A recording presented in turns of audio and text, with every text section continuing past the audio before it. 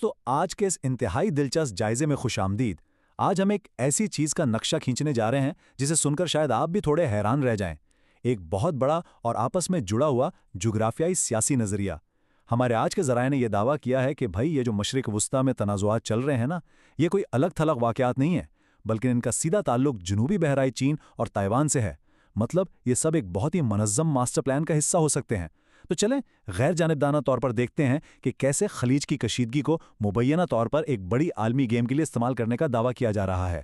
ٹھیک ہے، تو جلدی سے دیکھتے ہیں کہ آج ہم کن نکات پر بات کریں گے۔ سب سے پہلے پوشیدہ جغرافیائی اور سیاسی جال، پھر امریکہ کو چین کا انتباہ، اس کے بعد مبینہ ماسٹر پلان، عالمی اتحاد پر دباؤ، اقتصادی رکاوٹ اور آخر میں تائیوان کا حتمی انتخاب۔ یہ سارے کے سارے نکات اسی ایک بڑے دعوے کے گرد گھومتے ہیں۔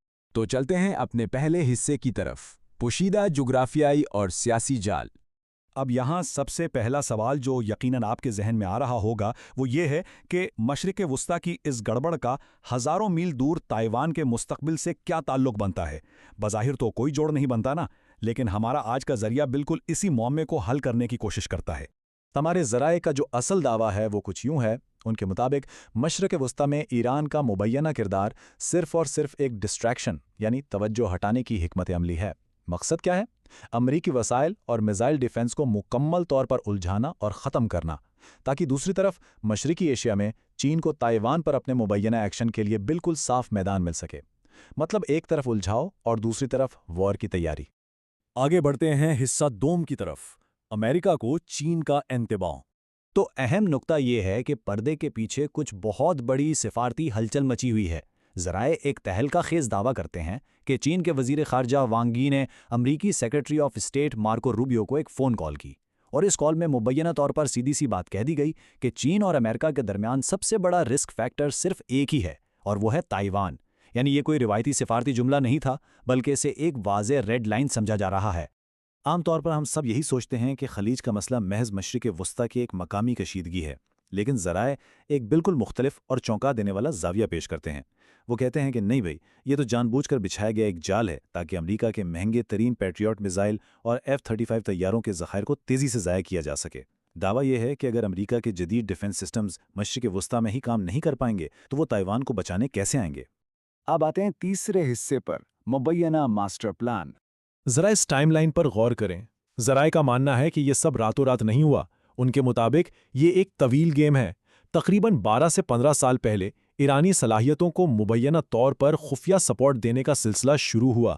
پھر سال 2020 آیا تو اس میں ایک دم تیزی آ گئی، جدید ٹیکنالوجی فراہم کی گئی، اور آج جو ہم خلیج میں کشیدگی دیکھ رہے ہیں نا، وہ مبینہ طور پر اسی صبر آزما حکمت عملی کا کلائمیکس ہے، تاکہ امریکی دفاع کو باقاعدہ میدان عمل میں ٹیسٹ کیا جا سکے۔ اور اس سب کا نتیجہ کتنا سنگین بتایا جا رہا ہے؟ 16! جی ہاں، ذرائع نے بین الاقوامی میڈیا رپورٹس کا حوالہ دیتے ہوئے ایک بہت بڑا دعویٰ کیا ہے کہ اس تنازع میں اب تک خطے کے 16 امریکی فوجی اڈے متاثر ہوئے ہیں۔ ہم یہاں صرف ذرائع کے دعووں کا نقشہ کھینچ رہے ہیں تاکہ آپ کو اندازہ ہو کہ اس تھیوری کے حامی کس لیول کی کامیابی کا دعویٰ کر رہے ہیں۔ اور یہ چیز بہترین انداز میں واضح کرتی ہے کہ اصل ٹارگٹ کتنا فوکسڈ ہے۔ ذرائع ایک مبینہ لیک ہونے والے 58 منٹ کے آپریشن کا ذکر کرتے ہیں۔ ذرا سوچیں، صرف 58 منٹ۔ پہلا قدم ایک انتہائی تیز رفتار ملٹری آپریشن، دوسرا قدم تائیوان کے صدر کو پکڑنا، اور تیسرا انہیں سیدھا چین منتقل کر کے پورے جزیرے پر کنٹرول کر لینا۔ یہ دعویٰ ہمیں بتاتا ہے کہ یہ مبینہ خطرہ کس قدر اچانک اور تیز ہو سکتا ہے۔ ہمارا چوتھا حصہ ہے عالمی اتحاد پر دباؤ۔ اچھا، ملٹری کی باتیں تو ہو گئیں، اب ذرا سفارتی محاذ کو دیکھیں۔ اس حکمت عملی کے ڈومینو اثرات مبینہ طور پر پوری دنیا میں پڑ رہے ہیں۔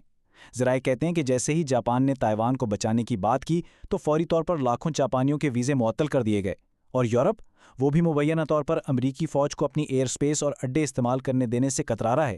آسٹریلیا اور باقی عالمی طاقتیں بھی مشرق وسطی کا حال دیکھ کر مداخلت سے پیچھے ہٹ رہی ہیں، یعنی اتحادیوں کو الگ تھلگ کیا جا رہا ہے۔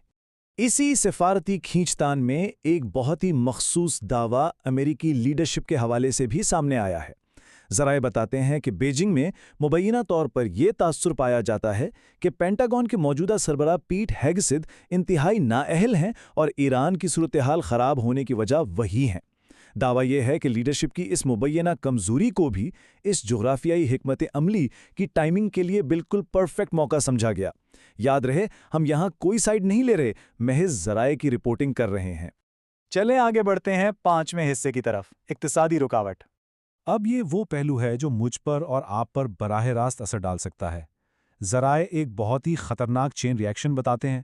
سب سے پہلے آبنائے ہرمز میں کشیدگی بڑھے گی، جس سے دنیا بھر میں LNG اور ہیلیم گیس کی سپلائی رک جائے گی۔ اب چونکہ تائیوان کو اپنی مائکرو چپس بنانے کے لیے ان گیسوں کی اشد ضرورت ہوتی ہے، تو ان کی انڈسٹری مکمل ٹھپ ہو جائے گی، اور اس کا فائنل رزلٹ ہمارے فونز، لیپ ٹاپس اور یہاں تک کہ جدید میزائلوں کی پیداوار پوری دنیا میں منجمد ہو جائے گی۔ یہ ہے وہ اصل معاشی چوک پوائنٹ۔ لیکن ایک سوال پیدا ہوتا ہے کہ اتنا بڑا کھیل کھیلا کیوں جا رہا ہے؟ اس کے پیچھے اصل خزانہ کیا ہے؟ ذرائع کے مطابق بحیرہ جنوبی چین کی تہہ میں اتنی زیادہ معدنیات اور وسائل چھپے ہیں جو پوری دنیا کے موجودہ تیل اور گیس کے ذخائر کو ٹکر دے سکتے ہیں۔ تو بات صرف تائیوان کے ایک جزیرے کی نہیں ہے، بلکہ مستقبل کے سب سے بڑے معاشی خزانے پر کنٹرول کی ہے۔ اور آخر میں ہمارا چھٹا حصہ، تائیوان کا حتمی انتخاب۔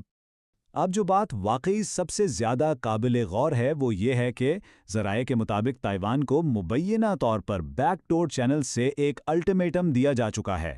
ان کے پاس اب 2 ہی راستے بچتے ہیں۔ پہلا آپشن ہے نرم انضمام، یعنی ایک صوبے کے طور پر رہیں، اپنے لوکل لیڈر رکھیں، بس بیجنگ کے نظام کے متحد کام کریں۔ یا پھر دوسرا آپشن سخت قبضہ، ایک ایسا مکمل ملٹری کنٹرول جہاں دنیا کی کوئی طاقت انہیں بچانے نہیں آئے گی، کیونکہ وہ سب تو پہلے ہی مشرق وسطیٰ میں الجھے ہوں گے۔ تو ناظرین، یہ تھا وہ پورا گلوبل شطرنج کا کھیل جو ہمارے آج کے ذرائع نے پیش کیا۔ دعوے واقعی بہت بڑے ہیں اور ان کے اثرات اس سے بھی کہیں زیادہ گہرے۔ اب جاتے جاتے میں ایک سوال آپ سب کے لیے چھوڑے جا رہا ہوں۔ اگر یہ جغرافیائی سیاسی ڈومینو ایفیکٹ واقعی حرکت میں آ چکا ہے اور دنیا کے وسائل یوں الجھ چکے ہیں، تو ذرا سوچیں، کل اس دنیا کی طاقت اور کنٹرول کا توازن کس کے ہاتھ میں ہوگا؟